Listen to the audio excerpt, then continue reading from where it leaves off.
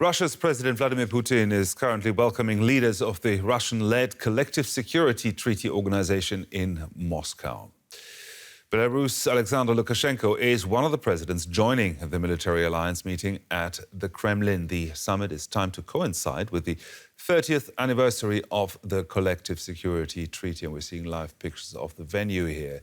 Now, tensions between Russia and NATO nations are currently growing over a NATO membership bid by Finland and Sweden. Members of the CSTO include Russia, Armenia, Belarus, Kazakhstan, Kyrgyzstan and Tajikistan. We're now joined by DW correspondent Yuri Resheto in Riga. Yuri, what's the significance of this meeting today in Moscow? Well, this Eurasian military alliance was originated from the remains of the Soviet Union, a kind of Russia's NATO. This year, the organization is celebrating a big anniversary. It was created exactly 30 years ago. But this year is, of course, also very distinctive for the alliance because of the war in Ukraine. And because of this, it really has never been as serious as today, Gerhard. So what are the differences between CSTO and NATO? And should we see this meeting in the light of the Finnish and Swedish NATO applications? Well, the Collective Security Treaty Organization includes the so-called Collective Rapid Reaction Forces. And this is a joint task force designed to repulse military aggression and combat terrorism. Russia has been training CSTO soldiers in its military educational institutions. Similar to NATO, joint military exercises are also held regularly.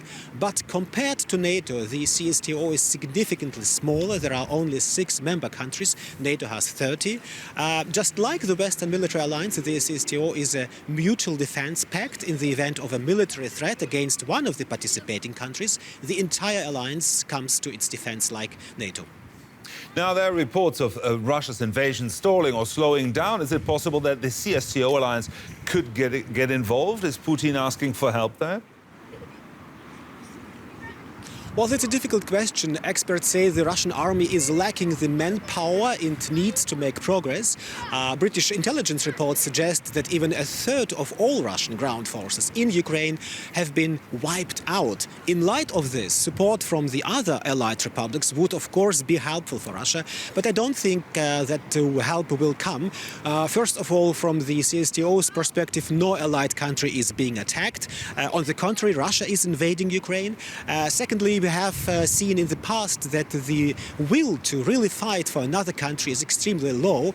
That was clear during the last war between Armenia and Azerbaijan 2 years ago. In Nagorno-Karabakh, Armenia is a CSTO member. DW correspondent Yuri Resheto there. Thank you, Yuri. In a historic shift away from neutrality, both Finland and Sweden have taken steps towards joining NATO. Both countries want to bolster their security following Russia's invasion of Ukraine. NATO member Turkey has voiced reservations about the Nordic countries joining the alliance, and there are fears that it may veto the decision. Russia, for its part, called it a grave mistake. Now let's go to Helsinki and speak to Tütti Tuppurainen. She's the Finnish Minister for European Affairs. Welcome to DW News. Your country shares a long border with Russia and the risk has always been there. Why has Finland waited until now to apply for NATO membership? Well, February 24th changed everything for us. It was the wake-up call, not just for us Finns, but to us all, to assess the changing security environment. And let us be clear that Finland has not been neutral in any sense. We have been firmly rooted in the Western sphere of the world. We have been member in the European Union since 1995. So in that sense, it was quite natural for our public to react to this war in a way that the support for NATO membership was huge already from the first polls in early March. Now, Russia has already voiced its disapproval if Sweden and Finland join the alliance. What kind of reaction are you expecting from Moscow now? Well, none of us is surprised that Kremlin is not in favor of NATO enlargement. It has expressed its dismay for Finland and Sweden joining NATO already for many years. So that is nothing new. And they've also said that they will have to do some kind of balancing measures if we should join NATO. But we will not let Russia intimidate us. Russia cannot dictate our own national decisions. And on the other hand, it can also be possible that Russia simply states the obvious, that Finland has already been so close to NATO. We have enhanced opportunities, partnership with NATO. So we are already so close as one can be without being an actual member. So it can be possible that Russia simply adapts to this new reality. So you don't expect any harsh reactions from Moscow. What about energy security in Finland? Well, we don't expect any military actions against us. It is perfectly safe here. It is peaceful and quiet at our border. So the intelligence tells that nothing like that is coming. But of course, all kind of hybrid influencing is possible. We've already seen some interference in the electricity markets, and also gas deliveries can be some kind of a problem. But for us, it's not going to be any major problem. We already are almost self-sufficient when it comes to electricity, and gas is only 6% in our energy mix. So we have a very versatile energy toolbox here in Finland, and that's proved to be very valuable during these turbulent times. Now, your NATO membership, or Finland's NATO membership, is not all done and dusted. Turkey has misgivings and could theoretically spoil your bid. Do you expect a veto from Ankara, and what are you doing to against it?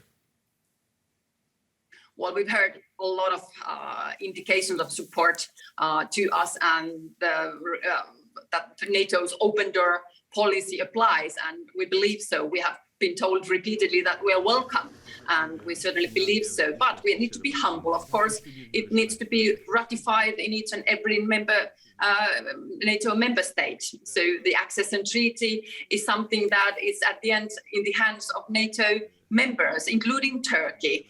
But I don't expect any major problems with Turkey. We understand that there can be some different views, and of course that's totally possible. But we share the same goal to fight against terrorism. That's the Finnish ambition. That is also very important for Turkey, and it's also a high priority in NATO. So I believe that we can work together. So what about the interim period then, when you're not yet a member of NATO? Is Finland getting any security guarantees from the alliance?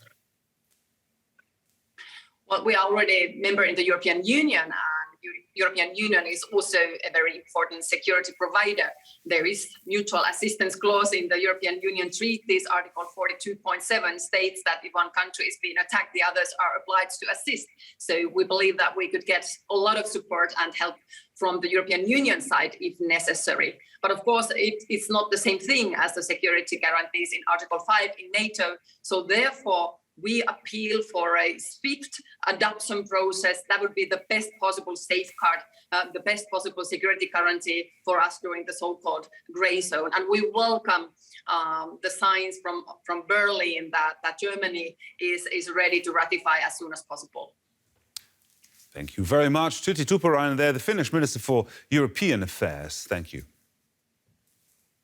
Thank you.